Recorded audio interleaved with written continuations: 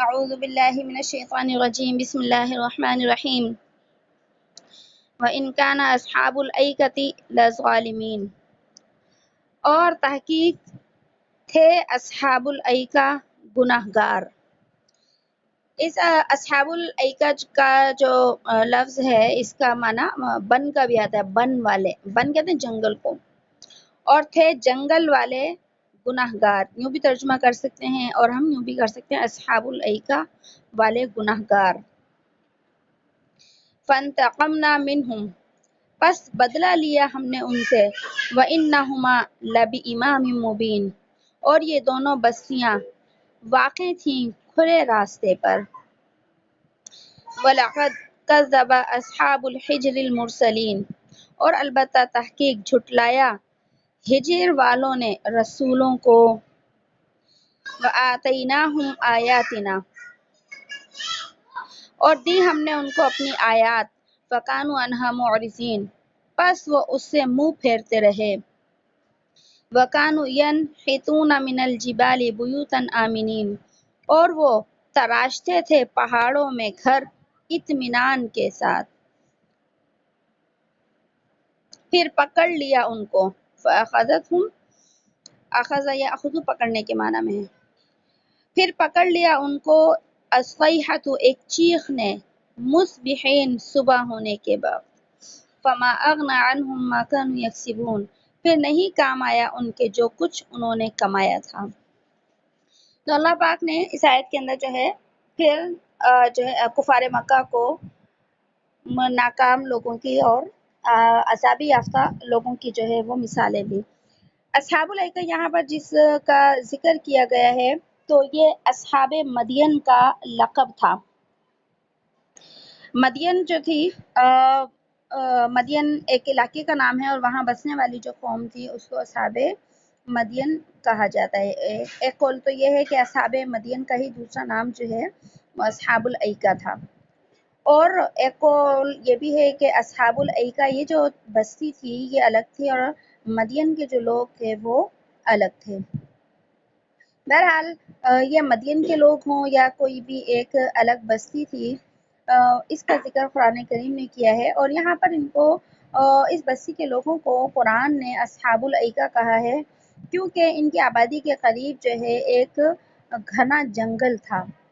گھنے جنگل کو عربی میں بن کہتے ہیں، تو اس کی طرف اللہ نے ان کی ایک نشانی کو بیان فرما کر ان کا تذکرہ فرمایا ہے۔ اور یہ جو بستی تھی یہ عرب اور شام کے درمیان واقع تھی، اور یہ وہی بستی تھی جہاں قوم سمود جو ہے وہ کیا تھی، آباد تھی۔ تو اللہ پاک نے ان کو بھی جو ہے اسی طریقے سے اپنے عذاب سے جو ہے وہ کیا کر دیا تھا، ہلاک کر دیا تھا، کہ انہوں نے بھی جو ہے اصحاب ہجر کی وادی کی طرف بھیجے ہوئے سارے رسولوں کا کیا کر دیا تھا، انکار کر دیا تھا، اور جو ہر قوم کی نافرمانی، ہر قوم نافرمان قوم کا طریقہ تھا کہ نبی سے وہ جھگڑا کرتے تھے، نبی کو جھٹلاتے تھے، نبی کی مخالفت کرتے تھے، تو یہی سارے کام جو ہے ان لوگوں کے تھے۔ اور اللہ نے ان کو بھی ایسی طاقت دی تھی کہ یہ بھی پہاڑوں کے اندر کیا کرتے تھے، اطمینان سے گھر بناتے تھے، اور یہ بھی ہو سکتا ہے کہ اصحاب سمود کا ہی دوسرا نام جو ہے اصحاب الایکہ ہو، کیونکہ قوم سمود کو بھی اللہ پاک نے اسی طریقے سے ہلاک کیا تھا کہ قوم سمود نے بھی پہاڑوں کے اندر گھر بنائے تھے، اور پھر جو ہے انہوں نے جو گھر ہیں قوم سمود نے وہ قوم عاد سے بھی زیادہ مضبوط بنائے تھے، اور پہاڑوں کے اندر گہرے کر کے بنائے تھے، یعنی اندر ہی اندر گھر کے گہرائی میں بنائے تھے کہ ہوا جو ہے نا یہاں تک نہیں پہنچ سکے گی، کیونکہ قوم عاد پر اللہ نے ہوا کا عذاب بھیجا تھا، وہ پہلے ہلاک ہوئی، تو پھر انہوں نے اندر ہی اندر گھر بنائے تاکہ اگر ہوا آئے بھی تو وہ ہوا جو ہے ان پہاڑوں کے غاروں کے اندر نہیں پہنچے گی۔ تو اللہ پاک نے عذاب کا رخ ہی بدل دیا، اور اللہ پاک نے جو ہے ہوا کے بجائے ایک چیخ کا عذاب بھیجا کہ فرشتے نے چیخ ماری، جس کی وجہ سے ان کے دل جو ہے وہ کیا ہو گئے، پھٹ گئے۔ پھر اس کے بعد اللہ پاک نے فرمایا جب یہ ہلاک ہو گئے تو فما اغنی عنہم ما کانوا یکسبون، کہ کچھ بھی کام نہیں آیا جو انہوں نے کمایا، مال دولت اسباب گھر بار عزت شہرت کچھ بھی، اور ہنر علم کچھ بھی ان کے کام نہیں آیا۔ تو آج یہ اصحاب مکہ جو ہیں آپ صلی اللہ علیہ وسلم کا انکار کرتے ہیں، تو سب کچھ ہونے کے باوجود، سرداری، مالداری، عزت، دولت، شہرت کے باوجود یہ لوگ بھی ناکام رہیں گے. یہ مقصد ہے آیات کا. اور پھر آگے اللہ پاک نے فرمایا وَمَا خَلَقْنَا السَّمَاوَاتِ وَالْأَرْضَ، اور جو پیدا کیا ہم نے آسمانوں کو اور زمینوں کو. اور اگر اس ماں کا ترجمہ موصولہ کا کرتے ہیں تو ترجمہ ہوگا اور جو بھی پیدا کیے ہم نے آسمان اور زمین، وما بینہما، اور جو کچھ ہے ان کے درمیان، الا بالحق، حق کے ساتھ، کہ ساری کی ساری مخلوق جو آسمان اور زمین کے درمیان ہے اور آسمانوں سے اوپر جنت جہنم اور آسمانوں کے نیچے، وہ ساری کی ساری کیا ہے؟ برحق ہے. اور اللہ نے سب کو اپنی حکمت کے تحت پیدا کیا ہے. اور فرمایا وَإِنَّ السَّاعَةَ لَآتِيَةٌ، اور بے شک قیامت آنے والی ہے. فَاصْفَحِ الصَّفْحَ، پس تو کنارہ کر، الصفح الجمیل، اچھے طریقے سے کنارہ کرنا. ان ربک هو الخلاق العلیم، بے شک تیرا رب وہی پیدا کرنے والا ہے خبردار. تو اللہ پاک نے جو ہے پھر آخر کے اندر ان لوگوں کو پھر سے کیا کیا ہے؟ خبردار کیا ہے کہ جس طرح ان کو ان کے ہنر جو ہیں وہ کام نہیں آئے، اسی طریقے سے آپ ان لوگوں کو بھی ان کی کوئی چیز نفع نہیں دے گی. آپ ان سے کنارہ کر لیجئے. کنارہ کر لیجئے مطلب کیا ہے کہ اے محمد صلی اللہ علیہ وسلم، آپ ان کے خلاف غم نہ کیجئے، کیونکہ ان کا ایک دن فیصلہ ہوگا قیامت کے دن. اور جو ہے ہم نے اس قیامت کا تذکرہ آپ سے کر دیا ہے کہ قیامت آنے والی ہے، لہٰذا جو ہے قیامت کے دن ان کا سارا حساب کتاب پورا کر دیا جائے گا. اور اللہ کی طرف ہی کیا رہیے؟ آپ متوجہ رہیے. اور آگے فرمایا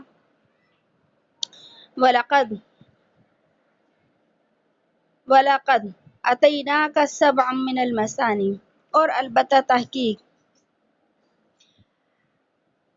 ہم نے عطا کی، عطایاتی، آتینا کا ہم نے آپ کو عطا کی، سبعا من المثانی، 7 آیتیں، والقرآن العظیم، اور قرآن بڑے درجے کا. اور البتہ تحقیق ہم نے دی آپ کو 7 آیتیں. المثانی کا ترجمہ وظیفے کا بھی آتا ہے اور بار بار دہرانے کا بھی آتا ہے. اور ہم نے آپ کو دی 7 آیتیں بار بار پڑھی جانے والی، والقرآن العظیم، اور قرآن بڑے درجے کا. یہاں پر 7 مثانی سے جو ہے وہ سورہ فاتحہ مراد ہے. اللہ پاک نے سورہ فاتحہ کو جو ہے 7 مثانی کہا ہے. سورہ فاتحہ کے ویسے تو کئی نام ہیں. سورہ فاتحہ کو سورہ فاتحہ بھی کہا جاتا ہے، سورۃ الشفا بھی کہا جاتا ہے، اسی طرح ام القرآن بھی کہا جاتا ہے، اور اس کا ایک نام 7 مثانی بھی ہے. سورہ فاتحہ کو سورہ فاتحہ تو اس وجہ سے کہا جاتا ہے کیونکہ قرآن مجید کی ابتدا اس سے ہوتی ہے. سورۃ الفاتحہ، فتح یفتح کا معنی عربی میں جو ہے کھولنے کا آتا ہے، کھولنا. تو چونکہ جب انسان قرآن مجید کھولتا ہے،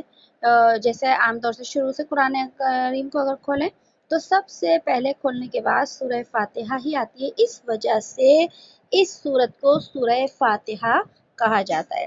اب بعض بیچارے جو کمزور عقیدے کے لوگ ہیں وہ اس سورہ فاتحہ کے لفظ سے یہ دلیل لیتے ہیں کہ سورہ فاتحہ جو ہے نا، یہ فاتحہ لگانے والی جو سورت ہے، اور اس وجہ سے جو ہے اس کو سورہ فاتحہ کہا جاتا ہے. تو حقیقت میں سورہ فاتحہ کو سورہ فاتحہ اس وجہ سے کہا جاتا ہے کہ قرآن جب کھولا جاتا ہے تو سب سے پہلے یہ سورت آتی ہے. اسی کے ساتھ ساتھ سورہ فاتحہ کو 7 مثانی کہا جاتا ہے. تو 7 مثانی کہنے کی وجہ یہ ہے کہ اس سورت کو جو ہے وہ بار بار پڑھا جاتا ہے. کیسے پڑھا جاتا ہے کہ جب ہم نماز پڑھتے ہیں تو نماز کی ہر رکعت میں سورہ فاتحہ کا پڑھنا کیا ہے؟ واجب ہے. ہاں، صرف فرض کی آخری 2 رکعتوں کے اندر سورہ فاتحہ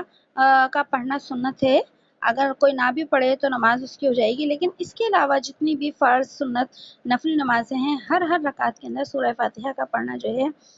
واجب ہے. اس وجہ سے اس سورت کو 7 مثانی یعنی بار بار پڑھی جانے والی سورت کہا جاتا ہے. اور یہ نام سورہ فاتحہ کا خود اللہ رب العزت نے جو ہے وہ بیان کیا ہے۔ اور اس کے بعد جو ہے اللہ نے پھر باقی قرآن کا جو ہے وہ کیا دیا،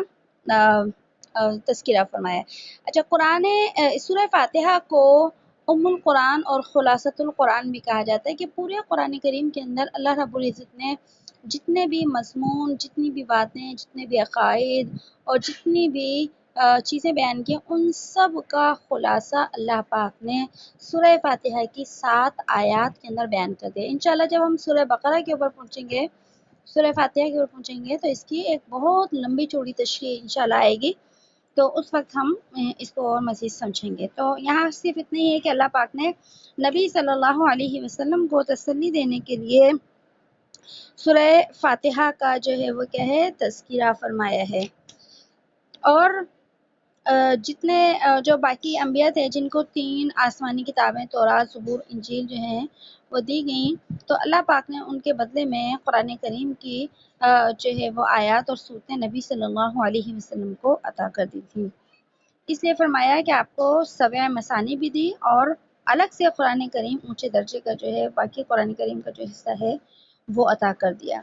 اور اس کے بعد فرمایا کہ مت ڈال اپنی،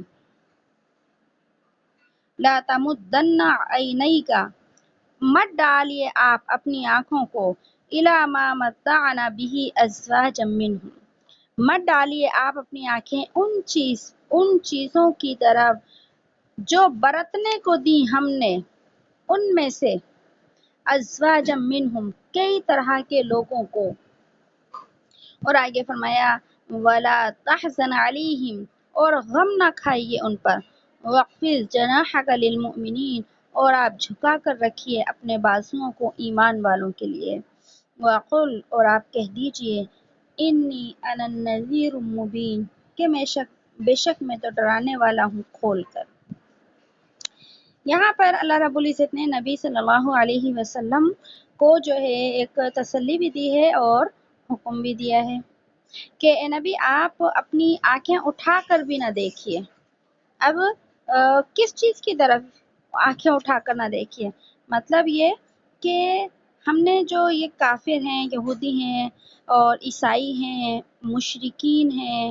اور اللہ کے جتنے بھی نافرمان ہیں، ان کو دنیا کے اندر جو عیش و عشرت کی زندگی دی ہے، ساز و سامان دیا ہے اور خوب دنیا کا مال، دولت، عزت، شہرت عطا کی ہے، تو اے نبی آپ ان کو آنکھ اٹھا کر بھی نہ دیکھیے۔ یعنی آپ کے دل میں ان چیزوں کو دیکھ کر کوئی حسرت، کوئی جو ہے وہ افسوس نہیں ہونا چاہیے، کیونکہ ان کو اللہ نے جتنی بھی چیزیں دی ہیں یہ بہت جلد ان سے جدا ہو جانے والی ہیں۔ اور کیسے جدا ہوں گی؟ قیامت کے دن، ورنہ تو موت کے ساتھ ہی ہر انسان سے دنیا کی ہر چیز کیا ہو جاتی ہے، جدا ہو جاتی ہے۔ انسان برسوں کا سامان کرتا ہے، برسوں کی عیش و عشرت کا سامان جمع کرتا ہے، لیکن زندگی چند لمحوں میں اس کی ختم ہو جاتی ہے۔ تو اس لیے اللہ نے فرمایا کہ نبی آپ اپنی آنکھ اٹھا کر بھی اس چیز کو نہ دیکھیے کہ ہم نے ان کافروں کو جو برتنے کے لیے چیزیں دی ہیں، برتنے کی چیزوں سے دنیا کی ساری چیزیں آ گئی، کہ یہ بہت جلد ان سے جدا ہو جائیں گے، اور ان کی یہ جو کفر کی حالت ہے اس کے اوپر غم نہ کیجیے۔ اب دیکھیے نبی صلی اللہ علیہ وسلم کو فرمایا ہے کہ غم نہ کیجیے، مطلب کیا ہے کہ یہ سارا جو سمجھایا جا رہا ہے تو ظاہر ہے نبی علیہ الصلوۃ والسلام کی تو شان سے تو یہ بعید تھا، ناممکن تھا کہ آپ کسی کافر کی کسی چیز کو دیکھ کر کوئی حسرت کرتے اور جو ہے وہ کچھ اور جو ہے آپ دل کے اندر ملال کرتے ہیں۔ یہ اصل میں امت کے لیے ہے کہ اگر ہر شخص اپنی زندگی کے اندر، ہر دور کے اندر اگر کافروں کو دیکھے گا تو وہ کافر جو ہیں ایمان والوں سے زیادہ طاقتور ہیں۔ ہر دور کے اندر یہ رہا ہے، حق اور باطل کے جنگ کے اندر، حق اور باطل کے اندر ہمیشہ جو ہے حق تھوڑا کمزور رہا ہے اور باطل دنیا کے اعتبار سے ظاہر جو ہے وہ غالب جو ہے طاقتور رہا ہے، لیکن اللہ نے حق والوں کو ہمیشہ باطل کے اوپر کیا دی ہے، غالب کیا ہے اور ان کو فوقیت دی ہے۔ تو یہ اصل میں امت کے لیے ہے کہ ان چیزوں کو آنکھ اٹھا کر بھی نہ دیکھیں، افسوس نہ کریں کہ ہم نے ان کو برتنے کے لیے اتنی چیزیں دی ہیں، کیونکہ یہ چیزیں بہت جلد ان سے کیا ہو جائیں گی، جدا ہو جائیں گی۔ اور پھر آگے ایک اور جو چیز ہے نا وہ اللہ نے فرمایا کہ ولا تحزن علیہم، اور آپ غم نہ کریے ان کے اوپر، آپ غم نہ کیجیے۔ کیا مطلب اس آیت کا؟ یہ حکم نبی صلی اللہ علیہ وسلم کے لیے بھی ہے کہ اے نبی، یہ جو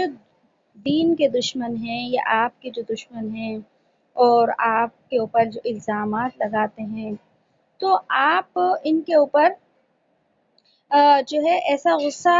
نہ کریں کہ اللہ نے ان کو یہ نعمتیں کیوں دی ہیں۔ جیسے بعض اوقات ایسا ہوتا ہے نا کہ بھئی یہ ہمارا دشمن ہے، یہ گناہ گار ہے، یہ نافرمان ہے، اس کو یہ نعمتیں آخر کیوں مل گئی؟ اس کو تو کچھ نہیں ملنا چاہیے، وہ تو بہت ہی نافرمان ہے اللہ کا، تو اس کو کچھ نہیں ملنا چاہیے۔ یہ والی صورت کہ اللہ نے فرمایا کہ نبی آپ ان کے اوپر جو ہے وہ ان نعمتوں کے ہونے کی وجہ سے غصہ نہ کیجیے۔ کیوں غصہ نہیں کیجیے؟ کیا وجہ ہے؟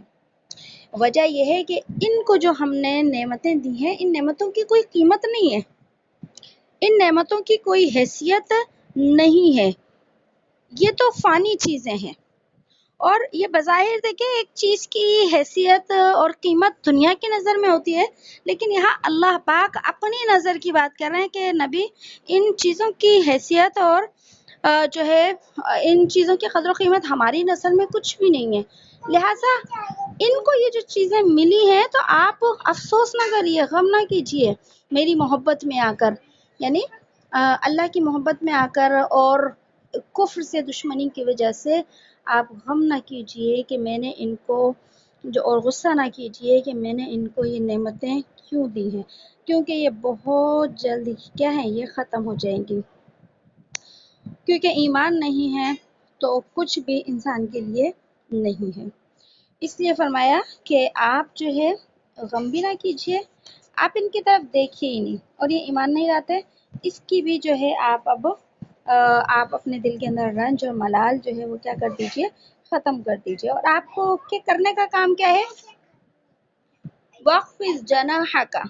آپ جھکائیے اپنے بازوؤں کو ایمان والوں کے لیے۔ مطلب کیا ہے کہ آپ مسلمان جو ہیں، جو ایمان لا رہے ہیں آپ کے اوپر، ان کے اوپر شفقت رکھیے، ان کی فکر کریے، کیونکہ یہ مسلمان ہو گئے ہیں تو ان کو نفع پہنچانے کی ضرورت ہے، ان کی تعلیم اور تربیت کی کیا ہے، ضرورت ہے۔ اس لیے آپ جو ہے ان کی طرف توجہ کیجیے اور کفار کی طرف سے جو ہے اپنی توجہ ہٹا لیجیے۔ البتہ کفار کو جو دعوت اور تبلیغ کرنے کا جو آپ کو حکم دیا گیا ہے، ان کو اللہ کی دعوت دیتے رہیے، تبلیغ کرتے رہیے، لیکن ان کی نعمتوں کو دیکھ کر افسوس نہ کیجیے اور ان کے ایمان نہ لانے کا غم نہ کیجیے، اور بس آپ دعوت دیجیے، ایمان والوں کے ساتھ شفقت کریے۔ وَقُلْ إِنِّي أَنَا النَّذِيرُ الْمُبِينُ، اور آپ یہ کہہ دیجیے کہ جب یہ کافر ہوں تو آپ انہیں صرف یہ کہہ دیجیے کہ میرا کام تو صرف تمہیں ڈرا دینا ہے، اور میں نے تمہیں اللہ کا حکم کھول کر سنا دیا۔ اور پھر آگے اللہ نے فرمایا کما انزلنا علی المقتسمین، جیسا کہ ہم نے بھیجا ہے ان بانٹنے والوں پر، بانٹنے والوں پر، اور آگے فرمایا الذین جعلوا القرآن عضین، جنہوں نے کیا ہے قرآن کو ٹکڑے ٹکڑے، فَوَرَبِّکَ لَنَسْأَلَنَّهُمْ أَجْمَعِینَ، سو قسم ہے تیرے رب کی، ہم کو پوچھنا ہے، ہم سوال کریں گے ان تمام سے، عما كانوا يعملون، اس چیز کے بارے میں جو وہ عمل کرتے تھے۔ یہاں پر اللہ رب العزت نے یہاں یہ والی جو آیت ہے نا، علی المقتسمین، بانٹنے والوں پر، مطلب کیا ہے، یہاں سے یہود اور نصارہ مراد ہیں کہ اللہ پاک نے یہود و نصارہ کو جو تورات اور انجیل دی تھی تو انہوں نے اپنی آسمانی کتابوں کے ٹکڑے ٹکڑے کر دیے تھے۔ ٹکڑے یعنی کہ اس میں جو اللہ نے حکم نازل کیے تھے، کہیں نماز کا ہے، کہیں کسی اور چیز کے بارے میں، کہیں چوری کے بارے میں ہے، کہیں اور حرام کے بارے میں ہے، تو انہوں نے ان احکام کے ٹکڑے کر لیے تھے۔ ٹکڑے کرنے کا مطلب کیا ہے کہ جس حکم جو ان کی مرضی کے مطابق ہوتا اس پر عمل کر لیتے، اور جو ان کی مرضی کے خلاف ہوتا اس کو کیا کر دیتے، اس کو چھوڑ دیتے، انکار کر دیتے، یا اس کو اپنی مرضی سے نا مٹا کے بدل لیا کرتے تھے۔ قرآن کریم کی تو حفاظت کی ذمہ داری اللہ نے لی کہ کوئی چاہے بھی تو نہیں بدل سکتا اس کو، لیکن وہ یہ کرتے تھے کہ جو ان کی مرضی کے خلاف بات ہوتی ہے نا تو اس کو مسئلہ کو اور اس کے حکم کو تورات اور انجیل میں سے مٹا کے کچھ اور لکھ دیتے تھے۔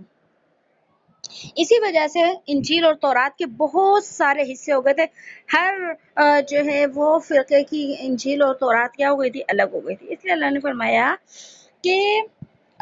یہ جو ٹکڑے کرنے والے تھے نا اللہ کے دین کے، تو ان کے اوپر ہم نے نازل کیا۔ نازل کرنے سے مراد ہے یہاں پر اللہ نے فرمایا کہ ہم نے ان کے اوپر جو ہے وہ عذاب نازل کیا، اور عذاب کسی کی شکلیں کسی کو بندروں کی شکل میں تبدیل کر دیا، کسی کو خنزیر، کسی کو قید کر دیا، جیسے ہم نے موسیٰ علیہ السلام کا قصہ پڑھا تھا کہ ان کی جو قوم تھی اس کو وادی تیہ کے اندر اللہ نے قید کر دیا تھا۔ کسی کو قتل کیا، جیسے بنی اسرائیل کا قصے میں آتا ہے کہ اللہ نے ایک دوسرے سے ان کو کیا کروایا تھا، قتل کروایا تھا کہ تمہاری توبہ اس وقت قبول ہوگی جبکہ تم ایک دوسرے کو کیا کرو گے، قتل کرو گے۔ تو اللہ فرما رہے ہیں کہ میں نے جو ہے ان کو دنیا کے اندر بھی عذاب پہنچائے، اور آخرت کے عذاب تو کیا ہے ان کے لیے لازمی ہے۔ تو یہ لوگ بھی اللہ کے عذاب کے جو شکار ہوئے تھے وہ انبیاء علیہ السلام کی مخالفت کی وجہ سے تھے۔ تو یہ جو آپ کی قوم کے نافرمان ہیں یہ بھی اللہ کے عذاب کا کیا ہوگا، عذاب کے شکار ہوں گے۔ تو یہ آیت ہے کما انزلنا علی المقتسمین، جیسا کہ ہم نے بھیجا ان بانٹنے والوں پر، بھیجا یعنی عذاب بھیجا، بانٹنے والے یعنی کہ انہوں نے اپنے اپنے حساب سے اپنی کتابوں کے احکام جو ہیں وہ تقسیم کر دیے تھے۔ اور الذین جعلوا القرآن عظیم، اور جنہوں نے کیا ہے قرآن کو ٹکڑے ٹکڑے، ٹکڑے ٹکڑے مطلب کیا ہے کہ کچھ لوگ، آپ جب نبی علیہ السلام ان کو قرآن کی دعوت دیتے تو بعض باتوں کو تو سمجھتے ہاں یہ صحیح ہے، یہ عقل میں آ رہی ہیں، اور بعض باتوں کی کیا کرتے تھے، بالکل انکار کر دیتے۔ تو ظاہر ہے کافر تو تھے وہ، کیوں بے شک قرآن کی کچھ باتوں کو مان لیتے، کیونکہ جب تک قرآن کو الف سے لے کر یہ تک آخر تک نہیں مانیں گے جب تک کوئی شخص مسلمان اور ایمان والا ہو ہی نہیں سکتا۔ تو اللہ نے فرمایا کہ قیامت کے دن ہم ان سب سے سوال کریں گے جس کا جو وہ دنیا میں کیا کرتے تھے۔ اور پھر آگے اللہ نے فرمایا فَاصْدَعْ بِمَا تُؤْمَرُ، پس سنا دے کھول کر جو تجھ کو حکم دیا گیا، وَأَعْرِضْ عَنِ الْمُشْرِكِينَ، اور آپ اعراض کریے، منہ موڑ لیجئے مشرکوں سے، اِنَّا كَفَيْنَاكَ الْمُسْتَهْزِئِينَ، بے شک ہم ہیں تیری طرف سے مذاق کرنے والے۔ مطلب کیا ہے کہ اللہ پاک فرما رہے ہیں کہ اے نبی آپ جو ہے ان کا غم نہیں کیجیے، ہم ان سے ان کے قیامت کے دن سارے اعمال کی کیا کریں گے، باز پرس کریں گے۔ آپ تو صرف ان کو احکام سنا دیجیے جو میں نے آپ کو قرآن میں دیے ہیں نا، آپ ان کو بتا دیں، اگر یہ نہیں مانتے تو پرواہ نہیں کیجیے، غم نہیں کیجیے بالکل بھی۔ اور یہ جو آپ کی مخالفت کرتے ہیں دنیا میں، آپ کے اوپر ہنستے ہیں، مذاق کرتے ہیں، تو اللہ ان کے ساتھ مذاق کرتا ہے۔ اللہ مذاق کرتا ہے کیا مطلب ہے کہ اللہ نے ان کو ان کی سرکشی کے اندر ڈال دیا، اور ان کو اپنی سرکشی نظر بھی نہیں آتی، یہ سمجھتے ہیں ہم بہت زیادہ دنیا میں ترقی کر گئے یا بہت زیادہ کامیاب ہیں کہ ہمارے اوپر عذاب نہیں آتا، لیکن اللہ نے ان کی آنکھوں کو ایسا اندھا کر دیا کہ اب انہیں اپنا غلط راستہ، کفر و شرک کا راستہ غلط لگتا ہی نہیں ہے، بلکہ سب کچھ انہیں صحیح لگتا ہے۔ اس لیے آپ غم نہ کیجیے۔ اور آگے فرمایا الذین یجعلون مع اللہ الہا آخر، جو لوگ بناتے ہیں اللہ کے علاوہ اللہ کے ساتھ دوسرے کو معبود، فسوف یعلمون، پس ان قریب وہ معلوم کر لیں گے، ان قریب وہ جان لیں گے کہ آج تو دنیا میں پتہ نہیں کتنے بت انہوں نے بنا رکھے ہیں، لیکن قیامت کے دن سب پتہ چل جائے گا کہ سارے باطل تھے، صرف اللہ برحق ہے۔ اور فرمایا وَلَقَدْ نَعْلَمُ أَنَّكَ يَضِيقُ صَدْرُكَ بِمَا يَقُولُونَ، اور البتہ تحقیق ہم جانتے ہیں، نعلم ہم جانتے ہیں، انکا کہ بے شک آپ کا دل رکتا ہے، صدر کا یہاں صدر ویسے تو سینے کا معنی آتا ہے اس کا، لیکن یہاں دل کے معنی میں ہے، بے شک آپ کا دل رکتا ہے یا آپ کا دل تنگ ہوتا ہے، آپ کا دل تنگ ہوتا ہے بما یقولون، ان باتوں سے جو وہ کہتے ہیں۔ کہ اللہ فرما رہے ہیں کہ نبی ہم آپ کو جانتے ہیں، ہم جانتے ہیں، ظاہر سی بات ہے کہ نبی علیہ الصلوۃ والسلام کی کیا تھی، جو ہے وہ امت تھی، تو جب مانتے نہیں تھے تو آپ علیہ الصلوۃ والسلام جو ہے کیا کرتے تھے، دل کے اندر تنگ ہوتے تھے. جیسے اولاد بات نہ مانے تو ماں باپ کتنے پریشان ہوتے ہیں کہ کچھ کر بھی نہیں سکتے ان کے ساتھ،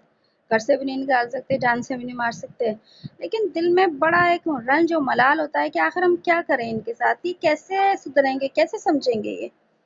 یہ کیفیت نبی علیہ الصلوۃ والسلام کی، کیونکہ امت جو ہے نبی علیہ الصلوۃ والسلام کے لیے ایک اولاد کی مثل، اور آپ علیہ الصلوۃ والسلام باپ کی مثل. ہم نے سورہ احزاب میں پڑھا ہے نا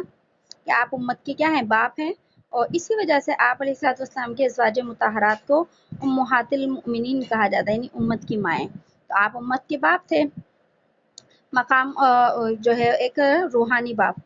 تو اس وجہ سے آپ کے دل میں اپنی اولاد کا جو دکھ تھا، اپنی امت کا جو دکھ تھا، اولاد کی مانند تھا. اس لیے فرمایا کہ آپ اپنے دل میں تنگ نہ ہوئیے، اور تنگ نہ ہوئیے تو اس کے لیے اب دل کی تنگی کو دور کرنے کے لیے اللہ رب العزت نے نبی صلی اللہ علیہ وسلم کو ایک عمل بتایا، اور وہ عمل بتایا فَسَبِّحْ بِحَمْدِ رَبِّكَ، بس آپ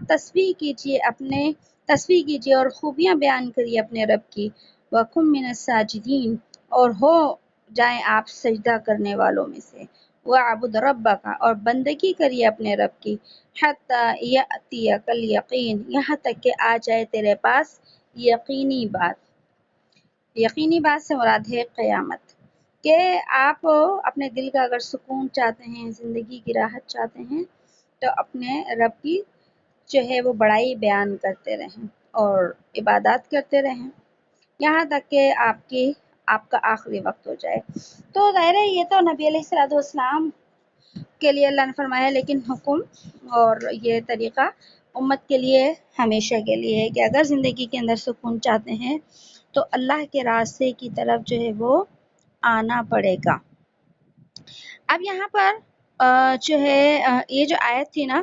فَاصْدَعْ بِمَا تُؤْمَرُ، یہ جو آیت ابھی ہم نے پڑھی ہے، آپ سنا دیجئے کھول کر جو تجھ پر حکم ہوا ہے. تو اس آیت کے نازل ہونے سے پہلے نبی صلی اللہ علیہ وسلم اور صحابہ کرام جو ہے چھپ کر عبادات کیا کرتے تھے، کیونکہ مشرکین جو تھے وہ ایذا پہنچایا کرتے تھے، اور جو ہے آپ علیہ الصلوۃ والسلام عبادات بھی چھپ کر کیا کرتے تھے، تلاوت بھی چھپ کر کیا کرتے تھے کہ صحابہ کو تکلیف نہ پہنچے. اور جو دعوت اور تبلیغ کا جو سلسلہ تھا وہ بھی سر عام نہیں تھا اس وقت تک، بلکہ کیا تھا، خفیہ طریقے سے ایک دو لوگوں کو جو ہے وہ انفرادی طور پر دعوت دی جاتی تھی، کھلے عام مجمع کے اندر دعوت نہیں دی جاتی تھی، کیونکہ کفار سے خطرہ رہتا تھا. لیکن جب اللہ پاک نے اس آیت کے اندر فرمایا کہ ہم نے استہزاء کرنے والے یا آپ کا مذاق اڑانے والے یا آپ کو ایذا پہنچانے والوں سے آپ کو ہم محفوظ رکھیں گے، تو پھر اس آیت کے نازل ہونے کے بعد ہی اللہ کے نبی صلی اللہ علیہ وسلم نے اپنی دعوت اور تبلیغ اور عبادات اور تلاوت کو سر عام علل اعلان کرنا شروع کر دیا تھا، کیونکہ اللہ پاک نے اس آیت کے بعد جو ہے نبی علیہ السلام اور صحابہ کی حفاظت کی جو ہے وہ ذمہ داری لی تھی. یہ اور ذمہ داری کس آیت میں تھی، اِنَّا كَفَيْنَاكَ الْمُسْتَهْزِئِينَ، کہ ہم کافی ہیں آپ کے لیے ان استہزاء کرنے والوں کی طرف سے. تو یہ ہے اللہ کی گویا کی ذمہ داری. اور یہاں پر جو ہے نا مستہزئین جو آیا ہے، تو جتنے بھی دائرہ مشرک تھے ان میں سے مختلف قسم کے لوگ تھے. کچھ تو ایسے تھے جو مشرک تھے اور وہ تھے اللہ کے نافرمان تھے، لیکن اسلام کو اس طریقے سے تکلیفیں نہیں پہنچایا کرتے تھے، اور نبی علیہ الصلوۃ والسلام کی جان کے دشمن نہیں تھے، لیکن ویسے وہ کافر تھے. اور مشرکین میں سے کچھ لوگ ایسے تھے جو کہ تھے بھی مشرک، کافر، اور اسلام کے اور نبی صلی اللہ علیہ وسلم کے بہت بڑے دشمن تھے. تو یہاں پر جو ہے ان میں 5 آدمی جو تھے نا ان کے لیڈر تھے، ایسے شرارتی لوگوں کے لیڈر جو تھے نا 5 آدمی تھے. ان میں ایک شخص جس کا تذکرہ آتا ہے قرآن نے دوسری آیات میں بھی، اس آدمی کا تذکرہ کیا ہے، اس کا نام تھا عاص بن وائل. ایک شخص یہ تھا، ایک تھا اسود بن مطلب. اور ایک شخص تھا اسود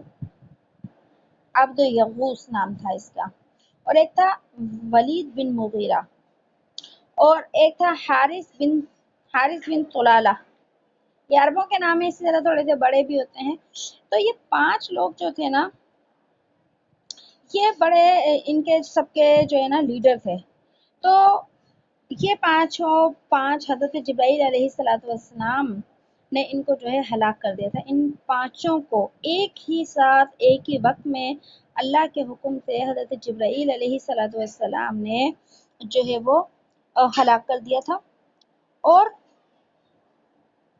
جو ہے پھر یہ گویا کہ اللہ نے اپنے نبی صلی اللہ علیہ وسلم کی جو ہے حفاظت کی ذمہ داری کا انتظام کیا تھا۔ تو اور آخر میں فرما دیا گیا، جب انسان یعنی کہ ایک عمل بتایا گیا، یہ عام انسانوں کے لیے بھی ہے، جب نبی کے لیے ہو سکتا ہے تو عام انسانوں کے لیے تو بطریق اولا ہوگا کہ انسان کو دشمنوں کی باتوں سے جب رنج پہنچے، دشمن دین کا بھی دشمن ہو سکتا ہے، اور ویسے بھی انسان کا جو ایک دنیاوی اعتبار سے جو رنج پہنچاتے ہیں لوگ، دل کے اندر پریشانی آتی ہے، تو اس کا روحانی علاج یہ ہے کہ ذکر و عبادت کے اندر انسان جو ہے مشغول ہو جائے، اور اس ذکر و عبادت میں لگنے کا فائدہ یہ ہوتا ہے کہ اللہ تعالیٰ خود اس کی دور کر دیں گے۔ بسم اللہ الرحمن الرحیم، سبحان اللہ وبحمدہ، سبحانک اللہم وبحمدک، نشہد ان لا الہ الا انت، نستغفرک ونتوب الیک، سبحان ربک رب العزت عما یصفون، السلام علی المرسلین والحمد للہ رب العالمین۔